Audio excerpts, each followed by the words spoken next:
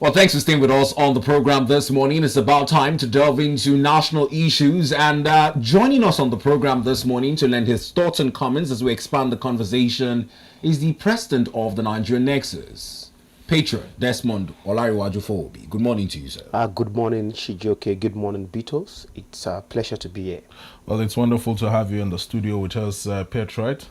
First things first, we are back to the 2025 budget. Which has met a lot of hurdles, including falling global crude prices and, of course, a decline in oil production. Firstly, how would you react to this, and how do you think we can mitigate this issue to ensure a more streamlined revenue targets that can be met to sort of supplement the 2025 budget and make it work? We've always talked about how we can diversify our economy in the last 10 years, thereabouts, ever since the time of President Goodluck Ebele Jonathan, why we have Ngozi Okonjo-Iweala as the finance minister. There has been much talked about diversification that is not materializing because of the lack of willpower by political leaders and political gladiators in this country. It is quite unfortunate that our economy solely depends on the tone that is set by some occurrences in the national or the global market, which naturally shouldn't be. And that is, we are not just an open market, we have a government. And the essence of government is to foresee some future occurrences, unforeseen circumstances, and every other thing must have been predated, talked about, and planned for. And that is the essence of government. If government is always coming far short of some of this, it is really failure. Now let's talk about the government, because it starts from planning. The 2025 budget is barely a proposal of how the country would intend to spend money and also generate money. Now, we haven't ever hit the 2 million barrels per day projection, but even in planning, we're already saying that is our benchmark. Now, when the global prices are falling, also in the budget, they say $75 per barrel. Those projections are tentative. Why would the country do that? In the last 10 to 15 years, the country's appropriation has never performed optimally. It has always performed less than 75%, 65%, and to shock you, despite the mantra that this administration came on board with, the renewed hope government of President Bola Ahmed Tinubu, it will shock you to know that the 2024 budget performed less than 60%. Less than 60%. And I don't know why a government feels so comfortable to lie and deceive the people. They said it was a bit optimistic. They said they were being optimistic. It performed less than 60% in revenue or in expenditure. Performance, revenue and expenditure. Revenue and expenditure. Both recurrent and both capital expenditure. Now, there are fundamentals we need to talk about. Are we talking about 2026 budget is still being deliberated on, or the 2025 budget that we are almost running out of the first quarter? Sincerely, that is an indication that the budget, no matter the speed, no matter the transparency, accountability, and removing the bureaucracies, cannot perform up to 75%. Already, 25% is for the first quarter. Now, first quarter is gone, and there is no way, you know how the Nigerian system functions. A serious government will face square business of governance and living distractions. This government has allowed its hand to be with a lot of political distractions, not minding or focusing on delivering the dividend of government to the people. We have advocated for patience. We have just less than 2 years for this administration to prove its worth for the next election.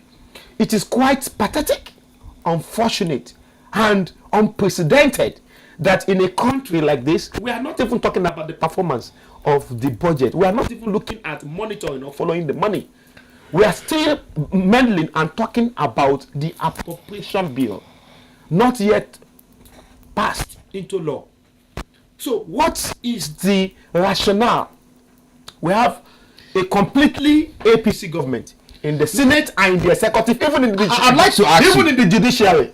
So I do not expect any bottlenecks or any glitches as regarding passage of this budget and utilization Desmond, of this budget, point because you this raised, government does not have any does not have any external distractor that would distract it from performing. These distractions they you're have talking about, internal distractions hold on, that wouldn't allow them to perform. Hold on, these distractions you're talking about is from the angle of propaganda, because we know how propaganda mechanism is used to somewhat subvert the real agendas on ground. Do you think that these distractions you're talking about have been largely fueled in the National Assembly to keep Nigerians' eyes away from these budget conversations? Because ever since the budget conversations were gaining ground, there was public hearing on the tax reform bills.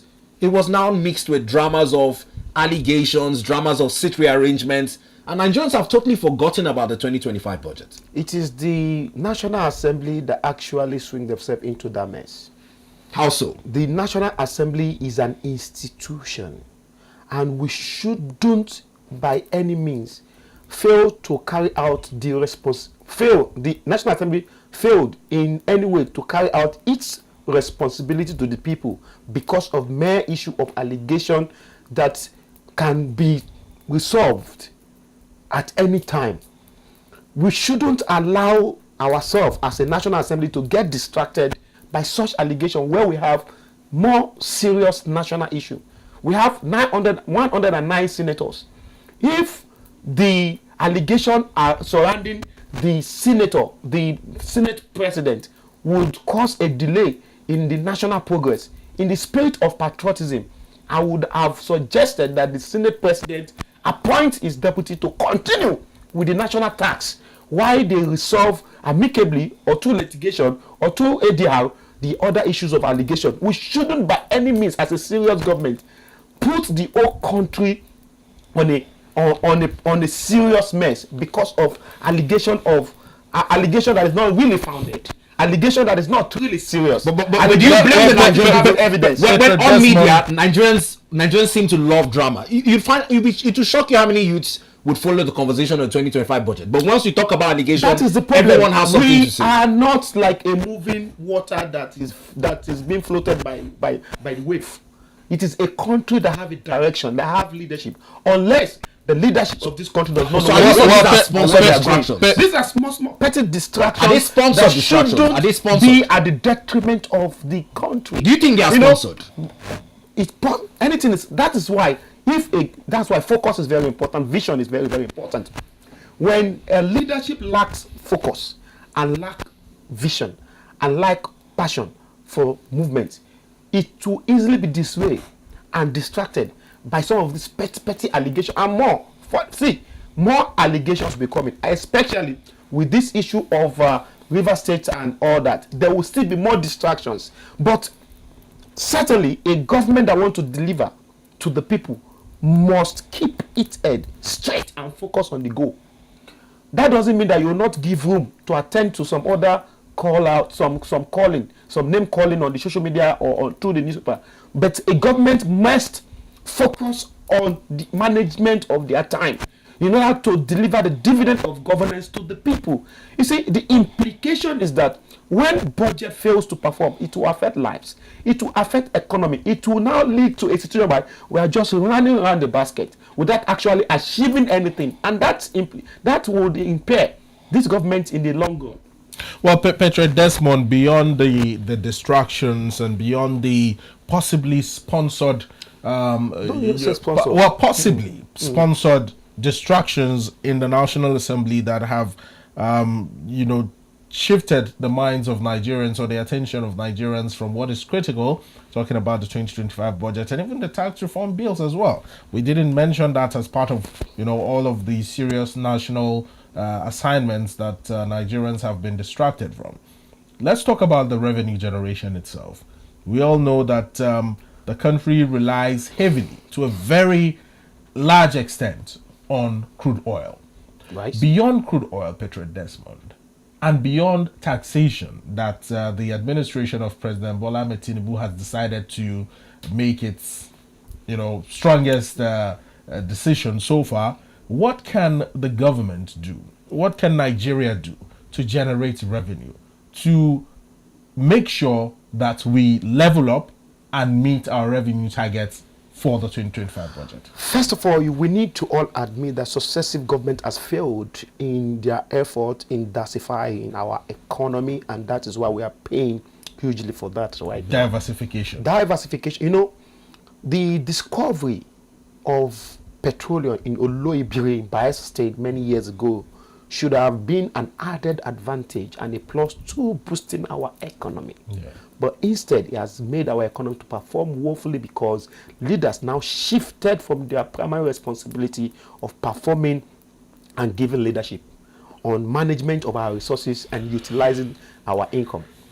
Successive government has failed woefully in terms of management of what is being recovered, what we have on ground, and trying to create a balance between the agro business that Nigerian is famous for in the early 50s, 40s, 60s, even before the independence. During the days of the granite pyramids. Granite pyramid, cocoa, and all that in the western Nigeria and all that. Timber, rubber, coal, textile, and the rest of them.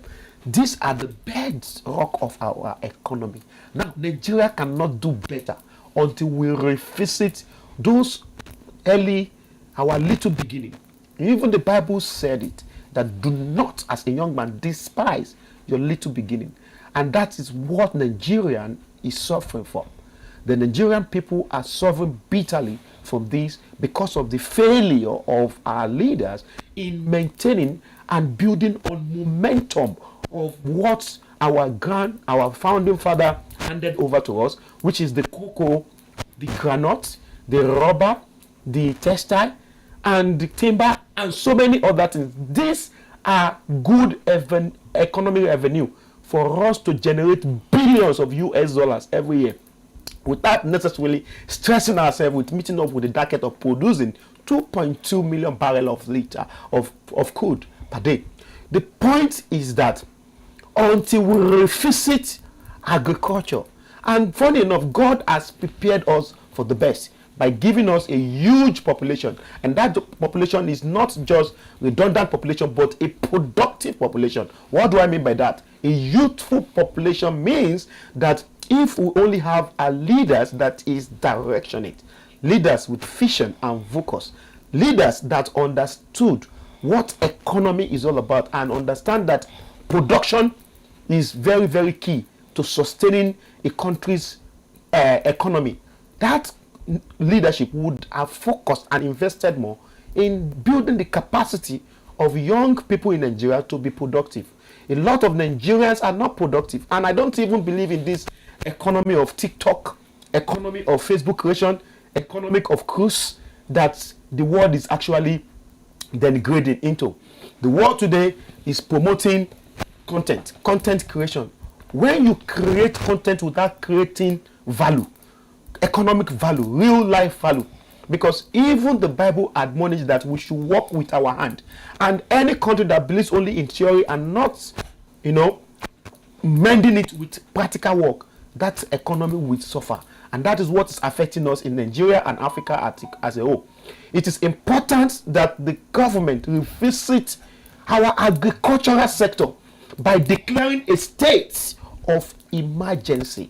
But the president has declared a state of emergency of without food any security. complementary action, without allocation. A budget of a country will tell you the priority of the government. The government of Nigeria and APC government, since the time of President Muhammadu Buhari, has said so much with their lip services to diversification into agriculture without complementing it with policies and their budget. Their budget is, they themselves are saying something, and their budget is saying something else. If history serves us right, we saw the Anchor Borers program under the President Muhammadu Buhari. That's what I'm getting to. under President Muhammadu Buhari. Would you say the failure of that project was mainly of government or people who diverted the use of those loans? It is the failure of government. But some people got those loans and instead of venturing into agriculture. What is the percentage of genuine farmers that got that loan? You see a lot. I have evidence of a lot of politicians that do not have any idea of what business or farm business is all about, or agriculture business is all about, and not even ready to learn the trade of agriculture for them to utilize the money that is being given to them by government. And government is not interested. What government, you see that government will have slot. What is not slot? Corruption has been the major factor or cause of failure of some of the policies of the government. And the government is not in any way helping out. I tell you, almost everything that government is doing, they always keep the larger portion of it to their constituent. I mean their political constituent. Not even the members of their constituency, but people that are in the same party with them, whether they have idea or not of that business that is being talked about, they would say, I have 10 slots. What is the business of governors? I have 50 slots for the party. I have 100 slots for the national party. I have 50 slots for APC member. I have 100 slots for ward member. And these people, do you know that even till date, jobs, I don't know how those jobs came through their procurement process. That people who have no idea about construction, people who have no ideas about building road are rewarded. And immediately they are looking for who to buy, and they are selling it with they are inflating it and selling it for people. Selling off contract is still the order of the day. Now let's leave this budget unit. We have Savicom, we have ICPC, we have EFCC, and nobody is doing anything. Now let's leave this issue of budget. No, I'm just linking it up. That reason why Nigeria has not performed. I saw in the news today that Adebayo Adelabu, the Minister of Power, is now taking delegation of Nigerians to Egypt to go and learn. We'll get to that in a bit. But let's talk about business, the business that government has in business, especially when it comes to, this crude that we're over reliant on. Statistics were saying that for our revenue generation, 70% comes from crude. In terms of our foreign exchange, 90%. Now, we're looking to strengthen the naira. Nigerians applauded this naira-for-crude deal. We're now talking about a stalled deal with conversations resuming today. People are talking about how optimistic they are that government might amend their negotiation with Dangote. Do you think this is another of such fraudulent conversations that have been left to just a few, based on whatever lines you say, party lines or even friendship at that higher echelon? First of all, let me get this clear, that governments have a lot of business in business. One of the major failure of Nigerians in 2024, 2025, 2023 is because government is gradually taking its hand off business and only interested in taxation. The Consumer Protection Council Board has failed woefully because government is gradually taking its hand off business. Do not care what you bring into the country. Do not care how you do your business, as long as you are maximizing profits in order for us to get more money. And that is, in one way or the other, encouraging inflation. And the same inflation, government will set up a huge panel to tackle inflation and tackle inefficiencies in government, to tackle some of the problem we have in our national life, is by being what? Prudent. And being what? Being determined and sincerity of purpose to that particular job that you are being prescribed to when you apply to Civil Service Commission for any job at all in the civil service. The civil service, if civil service today wakes up from their sleep and face squarely the business of government in business, I tell you, Nigeria will start sitting upright and things will start working out naturally. Now, Patriot Desmond, let's still talk about this naira-for-crude deal. One thing that I still do not understand, and I believe majority of Nigerians would want to understand, is why did NNPCL wait all the way through for the deal, for the duration of the deal to elapse before deciding to start a fresh conversation as to a renewed deal? Couldn't this conversation have started long before now? Couldn't it have started midway into the deal? Couldn't it have even started last month? Why now? That explains. Why wait? Why wait for the deal to end? Yeah, I get it. Why wait for Dangote Refinery to decide that they are no longer selling petroleum products to local oil marketers in naira because NNPC will not sell crude to them in naira? Yeah. Two things. First is lack of sincerity of purpose on the part of government. Lack of, underline that, sincerity. The government is not facing the best. You know, sometimes when you are interested in something, you face it squarely. Yeah. You face the letter. You face it to see that every letter of that contract is followed to the end. Yes. Your passion is there. First of all, government, some of the people that are in certain position of leadership today, they are not interested or passionate about providing leadership and governance.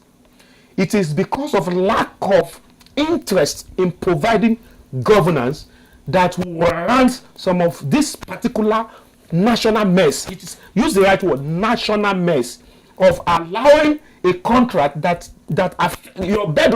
See, as far as Nigeria is concerned now, the only major source of revenue for Nigeria is petroleum. Nigeria is supposed to look for the best brain. Beyond ethnicity, beyond political lines, beyond religion. Bring the best people to manage that sector. How do we have thousands of staff in the NNPC and we do not have passionate Nigerians that are interested in following the deals to ensure that you don't just look at the market, you're looking at the future of the country? Well, Patriot, Desmond, could it be that the staff in NNPC are actually capable? Lack of sincerity of purpose and unintelligent intention of government, especially by some of the staffs, especially the echelon, the leadership at the higher level, at the highest level of our petroleum sector.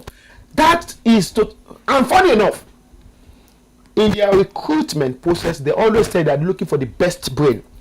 And when these best brain are acquired and hire into the NNPC, the kind of induction and orientation that is given to them makes them to become redundant and not being productive to contribute to national growth and development. Look at it critically. Look critically. Yeah. What is the excuse whatsoever under any disguise will make NNPC not to look at the terms and conditions of the supplies of crude, naira-for-crude, to Dangote? Yeah. The first month, the second month, all through to the 6th month. All through the 6th month. Is it because of they are too busy with other issue, or because it is deliberate? It's because they always want to frustrate every policy so that they have the justification to say that this thing has failed. This thing doesn't now work. what happens to this? And it's for their own selfish gain. At the end of the day, this naira-for-crude, if it fails, is going to favor some few people in the NNPC, and many Nigerians will suffer for it. Now, what happens to this Nigerian dream of giving strength to the naira? They had accused the president that floating the naira was the wrong decision. This was the only decision a lot of analysts said is logical, since your mainstay is crude and you want to bring in the naira to give strength to it. Do we have any dream or hope of giving strength to the naira? You can only achieve a dream when there is what? When there is desire, when there is passion, when that dream is your dream, you digest the dream and you take ownership of the dream. A lot of people, maybe only the president, conceived the dream. He has not been able to interpret or communicate the dream to every other players, from the states to the local government and to some of the agencies of the government. And that is why there is no complementing effort from every other person on the same mantra of leadership in this country. Yeah, it is a good thing that you float naira to encourage local production and local consumption. That is the idea. Local consumption of our teams, of the locally produced items, because importation will be more expensive. But these policies aren't working. Nigerians shouldn't be suffering. If you look at the intention of the president going forward into signing or giving that executive order of devaluing our naira. The intention is clear and it's very simple, and everybody, even a layman, will understand. Produce locally, consume Nigeria. That is the only way to give strength to local production. But even the governments do not have a coordinated effort to achieve their dream. Otherwise, there are certain things the government must focus its attention on, and that will be what? Enabling environment, electricity, provision of electricity, security, and also efficiency of some of the agencies that would ensure that the policies work. But you find out that today, while the government is working hard to boost its economy, the country's economy, there are some agencies of government that, in the other way around, they are jeopardizing the effort of government by not complementing the effort of the president. And today, you are talking about giving naira strength. You cannot give naira strength until you enlarge the production, the cost of production, or the means of production in Nigeria. Nigeria at all costs must the target of any president that want to give strength to the naira is to see that how many people are you taking away from the labor market, how many organizations are you supporting, SMEs are you supporting, how many young people are you encouraging to go into export and processing. And meanwhile, before you talk about export and processing, you have to talk about what? The local, the primary source, which is the production of this product that you want to export, and that goes back to agriculture. And I tell you, our problem is simple. We can get it all right again if, first of all, we give so much priority, the same effort and energy we give to petroleum, if we give the same effort and energy to agriculture, renewable energy, I tell you, Nigeria will start doing very well. And you cannot do it, we cannot achieve that also without expanding the skill acquisition and technology development for young technologists in Nigeria. That means education must be well funded. So this all things is in cluster. It is intertwined. And government must have a clear-cut direction. Not just for you to make a policy. Policy on its own does not work. There are other complementary agencies and effort of government that will make that single policy work. Most times, policy do not work in Nigeria because we do not have a coordinated system that is driving at achieving that goal. There has to be collaborations among ministries.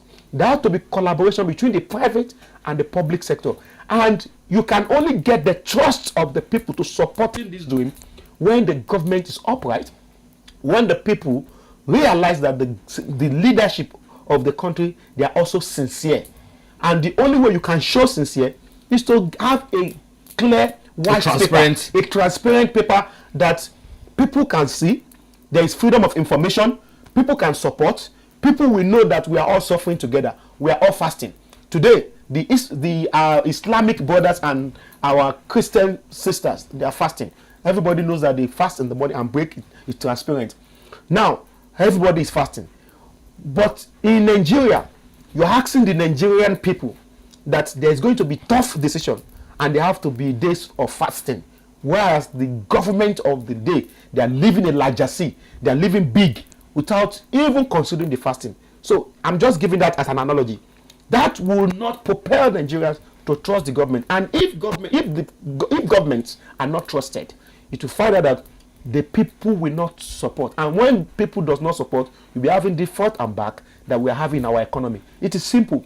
Government needs to think about what they can do to change their own perspective about governance and focus more on delivering sincere, transparent leadership. And I tell you, once Nigeria can catch the fire of transparency and accountability from government, they will follow suit. And that is when Nigeria can move forward. Now, Patriot Desmond has largely talked about the two major issues dwelling on the economy on our lineup this morning. One, the 2025 budget, and secondly, this stalled naira-for-crude deal. But whilst we've discussed the economy, Chijioke, we're now coming to issues of politics. Well, certainly in Rivers State, following the suspension of Governor Siminalayi Fubara, there were tensions and, of course, fears as to the whereabouts of the governor, as many of the governor's or suspended governor's supporters were crying foul that they didn't know where he was. But yesterday in Rivers State, in Port Harcourt particularly, he made his first public appearance since his suspension. Now, this was at a church to attend a Thanksgiving service. Well, Patriot Desmond, Governor Fubara suddenly resurfaced after so many claims that he might have sought refuge in yet another in Negua. Yeah, exactly, in Bielsa State. And yesterday we saw him attending a service at Salvation Ministries in the GRA part of Port Harcourt. What does this say to the fact that this governor has been suspended and there were fears of him even being arrested, but here he is still in Port Harcourt? No, almost like two kings. There was no fear. Almost like there are two kings in the same kingdom: the sole administrator and the suspended governor. Yeah. You see, the government, I don't know where people get that Insinuation and perception that immediately after his suspension he would be arrested. That cannot happen. Well, that was the fear. That was the fear that his supporters had when they spent days without knowing his whereabouts. They also made a press conference calling for his resurface. Immediately, yes. The president made that announcement. The second day, he made a press conference and he called all his supporters to maintain calmness in this trying time. And soon enough, things will get better. But the point is this: Nigerians have been talking about this suspension with mixed reaction. Some said it is good to save the governor to still retain the seat of governor in the state. Yeah. While some said that this is blatant abuse of power by the president, that the president does not have the power to suspend elected officials of the state. But that is not the argument. The deed has been done, and the National Assembly has also given their weight and support to that suspension by the president. But what I think is lacking that I have not seen is the sincerity of the leadership, the federal government, the National Assembly, to hastily and quickly look at the issues. 6 months I've started counting, and we have not seen the direction that this resolution is taking. And it is important the government set up high-profile peace committee that will broker peace, that is notable and feasible to Nigeria that this is happening. And that is the best way to douse tension in Rivers State. The best way to douse tension in Rivers State, because just this morning I also heard about a pipeline being blown. Yeah. And many other more. I saw a report. We saw a clarification that it was actually caused by a fire and not an explosion. Yes, but I saw a report that President Bola Ahmed Tinubu actually took that decision because of some individuals that are aggrieved pro Fubara in the state that are already planning to go back to Creek and start. I saw that report in the paper this morning. Maybe you can still come across it. Now let's talk about these persons. You see, yes, the president have suspended the governor, but the president needs to do more to ensure that the issues, the internal issues that led to the suspension is being worked on, and that is the only way to douse any. Could it have been the reason why he chose a retired military man to head the affairs of the state? At least the government is trying to be democratic. It doesn't want to bring active man in power, and it wants to bring somebody that is neutral. The reason why they always sort of bringing military persons all the time is because they do not want to bring a civilian that people might want to read meanings. That there might be political ambition. Have a political ambition, or not even political ambition, belong to a political party. Yeah. Military people are meant to be patriotic.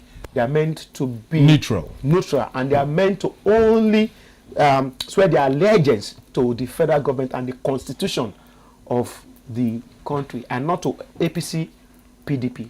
And having said that, it is important, therefore, for the federal government actually to make another press conference to give us the list of people that he has appointed to broker peace immediately in peace. Even He does not need to wait. The president. Now let's talk about these people that are saddled with brokering peace, because we're seeing high-profile Nigerians seeming to take sides. In a television interview, Nobel laureate Professor Soyinka condemned the actions of President Tinubu.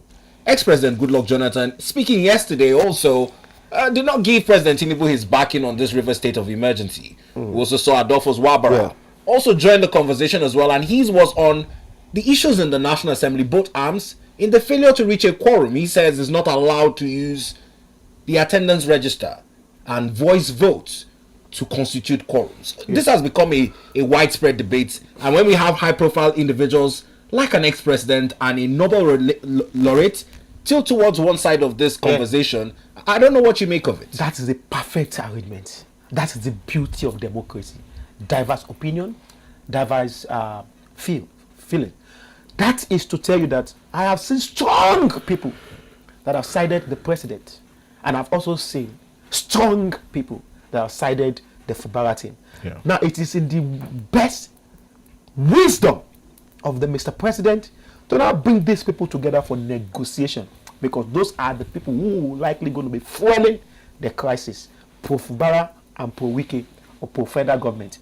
What federal government needs to do right now is to bring the pro-assembly member, pro-Fubara, pro-Wike, pro-Tinubu together in a round table discussion. And their conversation going forward, their discussion, negotiation. I'm an expert. I'm a peace expert. I did 4 years course in peace studies and conflict resolution. And I know that sometimes before you can have peace, there must be conflict. What is bad about conflict is violence. Conflict is a natural phenomenon between people, family, even the mouth and the tongue. They are conflicting sometimes.